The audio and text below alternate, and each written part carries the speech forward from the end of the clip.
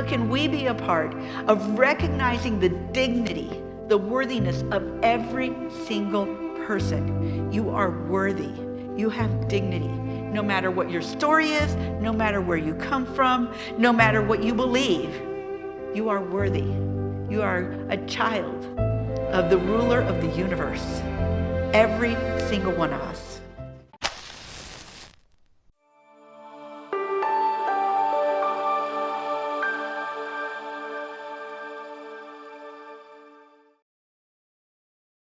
Chapter 4, verse 1 through 12. Therefore, since it is by God's mercy that we are engaged in this ministry, we do not lose heart. We have renounced the shameful things that one hides. We refuse to practice cunning or to falsify God's word, but to be the open statement of the truth, we commend ourselves to the conscience of everyone in the sight of God. And even if our gospel is veiled, it is veiled to those who are perishing. In their case, the God of the world has blinded the minds of the unbelievers to keep them from seeing the light of the gospel of glory of Christ, who is the image of God.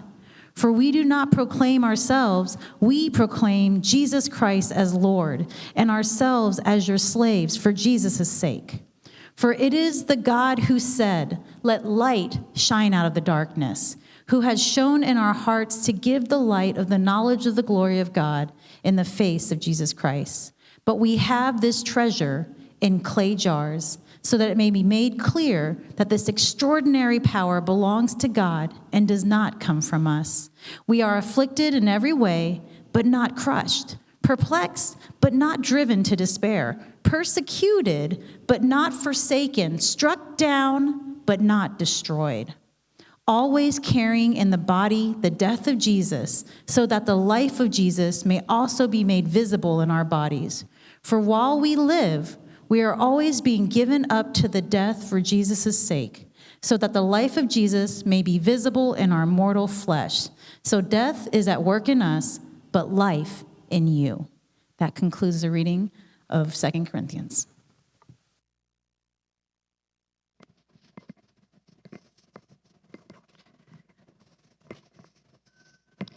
Thank you so much for doing that reading, and thank you also for having me here today. It is such a pleasure and a joy to be able to share with you, to be able to remind you that together we are the face of the church around the world. I represent you. I represent you through Global Ministries of the Christian Church Disciples of Christ in Chiapas, Mexico. Yeah, it's amazing to me when people say, "Oh, I didn't know the Disciples of Christ had missionaries." Yes, we have had a long history of missionary service around the world. My grandmother left Hannibal, Missouri, believe it or not, in 1920. And my grandparents served as missionaries in Mexico for 60 years, and my parents for 50 years. And now I've had the privilege of also being in God's service as a missionary in Latin America, first in Paraguay, then in Chile, and now in Mexico. And I want for us to think a little bit about these treasures that we carry in clay vessels. So fragile. In fact, so fragile that one of my little clay vessels got broken by the airline, and I was gluing it this morning when I arrived. My little Jaguar had a broken leg. So fragile. And yet we carry this incredible treasure of the knowledge of Jesus Christ. So I want to share with you a little bit about Global Ministries and also a little bit about my ministry as we think about how we share the light that Jesus has given to us with people around the world. And I want to share with you some of Global Ministries' core values as it relates to this Bible text and also to my ministry. So we work together with the United Church of Christ because as the Christian Church Disciples of Christ, we believe one of our core beliefs is that we work with other people. We don't go at it alone. We network, we find other people who may be very different from us and other people who may be like-minded, and we find how we can share. And so only through Global Ministries. The rest of the ministries of the church are completely separate, the United Church of Christ and the Disciples of Christ. But in our global missions, we're working together. And we're going to celebrate our 30th anniversary this year as Global Ministries. I'm also celebrating my 30th year as a missionary. I went out just as these two churches came together to work around the world. To think a little bit about our core values, I would like to take you to a village in southern Mexico. In the highlands of Chiapas, way up in the mountains, a little village called Amatenango del Valle. Now, the people of Amatenango, the women of Amatenango, have been making clay pottery, clay vessels, for as long as they can remember. Archaeologists say probably for about 2,000 years, the women of this village have been making first clay pots that were shipped all over Mesoamerica, and then later, different artistic things, different figures, now jaguars and doves that they sell to the tourists. But this little jaguar and this little dove come from this valley, Amatenango del Valle. This little village, way up in the mountains, the government built a highway, and the highway splits the village in half. So half the people are living on one side of the highway, and the other half are living on the other side of the highway. And this highway is a difficult place because it is the main highway whereby migrants and drugs are being shipped north to the United States, and weapons are being shipped from the United States, all of this illegal trade, into Mexico and the rest of Latin America. Now, this village does not have, it's a very small town. It doesn't have a Protestant church. It only has one very big structure that is a Catholic church on the main square. Mari from Amatenango del Valle, whose mother, grandmother, great-grandmother, as far back as they can remember, have been potters, but she studied anthropology and has a university degree. She continues to make pottery, but she's also an anthropologist, came to the Institute of Intercultural Studies and Research where I work. And she came to tell us, we have a problem. See, when we realized that this highway was carrying, the cartels were carrying drugs and people north and weapons south, and they were also going into the village and trying to recruit our young people, we as the Catholic Church decided we're going to do something to make our church into a safe space, a place where young people would be welcome, where they could have fun, they could have a good time, but they would be in a safe place. And it didn't matter if they were Catholic or Protestant. We just wanted them to come to church, to be in a place where they could be okay. And we did such a good job that we now have 85 between the ages of 13 and 25 who want to join the church. And we don't know what to do with them all. So we sat around the table and talked about the core value of Global Ministries, which is presence. How could we be present with these young people and present with this church? Now, the Institute, we are Catholics and Protestants working together, trying to find ways to build bridges. So we had 3 Catholics, 3 Protestants, and Mari came and told us about her situation.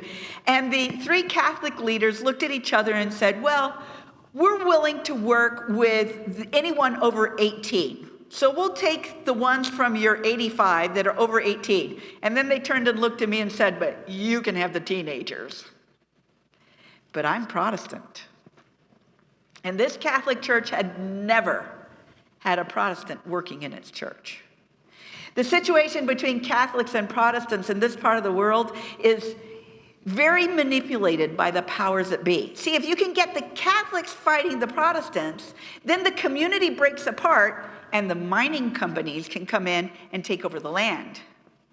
Or the government at times, has even found ways to get the Catholics fighting the Protestants so that it weakens the community so then they can sell out to foreign companies and deforestation comes in.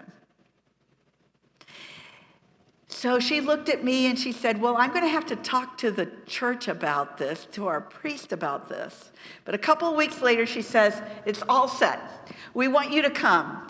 And I gathered a team of young people who work with me in camps and vacation Bible school and all of those things that we know how to do. And we traveled to Amatenango del Valle.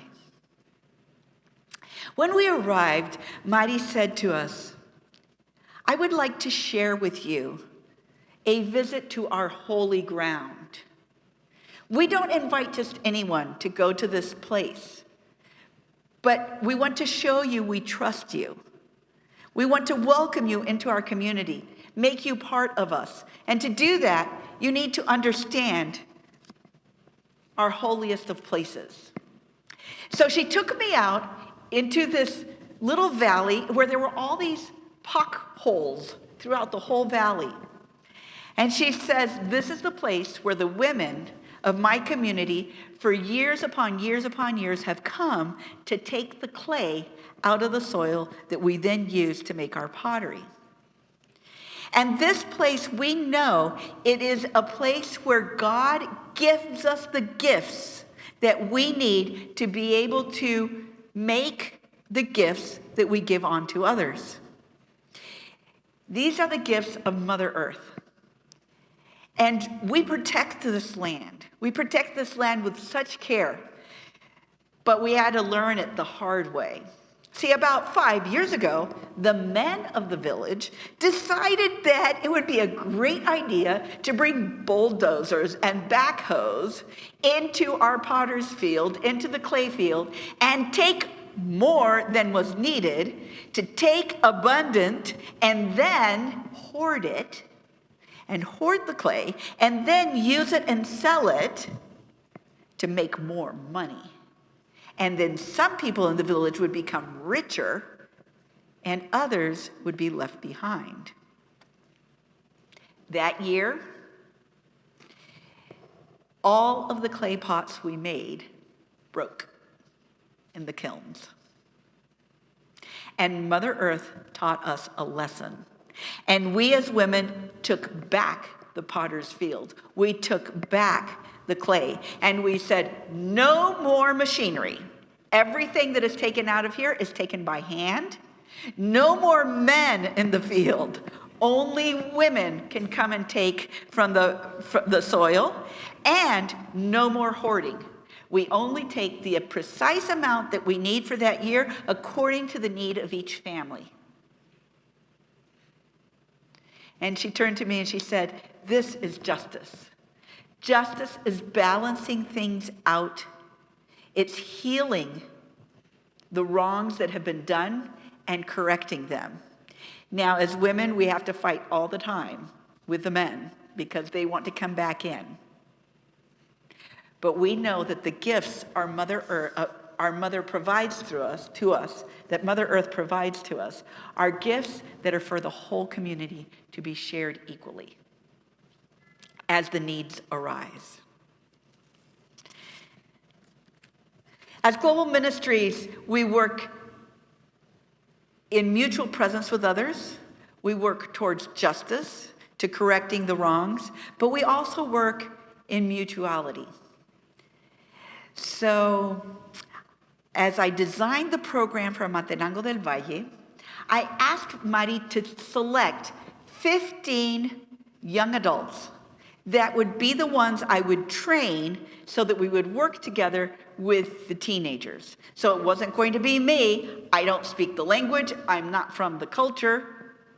There would be the people that are from there doing the games and teaching the lessons. So the first night I was there, we gathered the young adults that were going to be working with the teenagers. And as we started to play games, and I taught them songs, and we talked about how they were going to give the Bible lessons, I noticed that there were 5 older women sitting on a bench watching carefully everything we did. The beginning, they were very serious. By the end, they were laughing and having a great time. And when everyone left, they were still there. And when they were getting ready to leave, I walked over to them and I said, "It is so wonderful to have you watching us tonight." And they said, "Oh yeah, the priest sent us to keep an eye on you, to make sure you weren't going to do something in our church that wasn't right. But you know what? You're okay. You're one of us. Your heart is in the right place." This mutuality requires trust. It requires building up that trust. It requires being humble enough to recognize what you don't know and that you might not know what you don't know. And then opening your heart to doing things in a different way or to the adaptations. So the next morning, these 5 ladies came up to me. They said, "Oh, we so wanted to watch you work with the teenagers today, but we were invited to a wedding. So we decided, since everything is fine in your hands, we're going to the wedding. Have a good time." And they weren't there. The trust had been built. And the games got changed, and the stories were told in a different way, and everything was adapted, and the teens had a wonderful time. And together we built up a little community. So towards the end of our activities, I gave the teenagers, we worked with them, we took them into groups of 6. And we gave them all these recycled materials, things that had been left over from different things, for them to create something. And what they had to create was a table setting where everyone would be welcome at the table. So we gave them each a table, we gave them all these different materials, and they had to create a table where they felt everyone would be welcome at that table. And they started asking questions, and they said, "You mean it has to be a table where the drug lords are going to be welcome? Or the guy who's recruiting kids?" I'm like, "Well, would Jesus welcome him at the table?" "Yeah."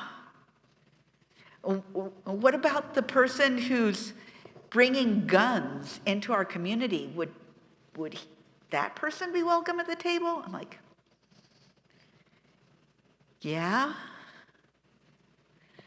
Because who invites us to this table? It's Jesus who invites us. And if you're willing to come, Jesus is willing to receive you. And so they got to work, and you could tell they had done things for parties many times, because right away there was like flowers and decorations. And then we had 10 tables all decorated, each in a different place.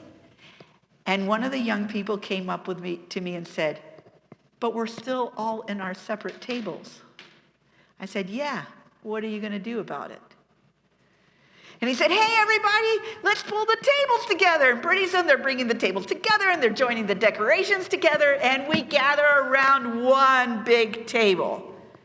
But we're still in a Celtal Mayan community, and all the boys were standing on one side and all the girls on the other side, because that's what's appropriate among the Celtales in this community. All the girls wearing their clothing that they take a year and a half to make by hand. All the boys in jeans and t-shirts, because the boys don't make the clothes and they've left their clothing behind, and those traditions are not kept anymore. Still part of their culture, still their community, but everyone welcome around the table. When we finished our time together, Mari took us back up on the hill, and we were looking over her beautiful valley, Amatenango del Valle. And we could hear the children laughing in the distance, and a cowbell over there, and the breeze coming across the valley. And it looked so calm, so peaceful. She turned to me and she said, "Slamalil kinal." These are the words for peace in Celtal. And it literally means peace with the land and in the land where we live, with this soil. Peace with Mother Earth. She turned to me and she said, "Until we have peace with Mother Earth, until we have peace between us, Catholics and Protestants, until we have peace inside our own hearts, In this land where we live, there will not be true peace. But today, we've taken a little step in that direction. So what are we looking for in Global Ministries? It's amazing to me that so many of the values that we have in Global Ministries are the same values that the Mayan people are trying to teach to us and to their descendants. And the key word to understand the core of how they live is lekil kush, which means abundant life for all. All of us having what we need, our needs fulfilled, but not living, not hoarding, not going beyond what we need. Looking out for each other, seeing in the community what other people need. Recognizing the terrible situation on that highway and doing something about it within their own means. Finding a way to bring abundant life to every single person in the community. And this is what we are looking for in Global Ministries too. How can we be a part of recognizing the dignity, the worthiness of every single person? You are worthy. You have dignity. No matter what your story is, no matter where you come from, no matter what you believe, you are worthy. You are a child of the ruler of the universe. Every single one of us. We are all fragile. And on that hillside, Mighty gave me two things that she had made. She gave me a dove, which is traditional to Amatenango del Valle, and Jaguar, which is also part of the environment in Amatenango. And she said, take these with you, because I want you to remember that in this path of peace, in this search for abundant life, some of us are doves, and some of us are jaguars. Some of us are bringing tranquility and hope and joy, and some of us are fighting for justice. Both of these things are needed. Sometimes you'll have to make the choices of a dove, and sometimes you'll have to make the choices of a jaguar. Sometimes you'll be broken because of the choices that you have had to make. But just know that that light that you bear, that light of Christ that is in you, will shine into the shadows where it's most needed. So as you go out today, I want you to think about what areas in your own community doves are needed. The bridge builders, the peacemakers, the ones who reach out to those who are very different and welcome them and remind them of their dignity. And which areas of your community do we need jaguars? Those who stand up and say, this is wrong and it must change. We are all called to bring abundant life to all in the places where we live. May God bless you, and take your homework now and think about where you're going to be a jaguar and where you're going to be a dove.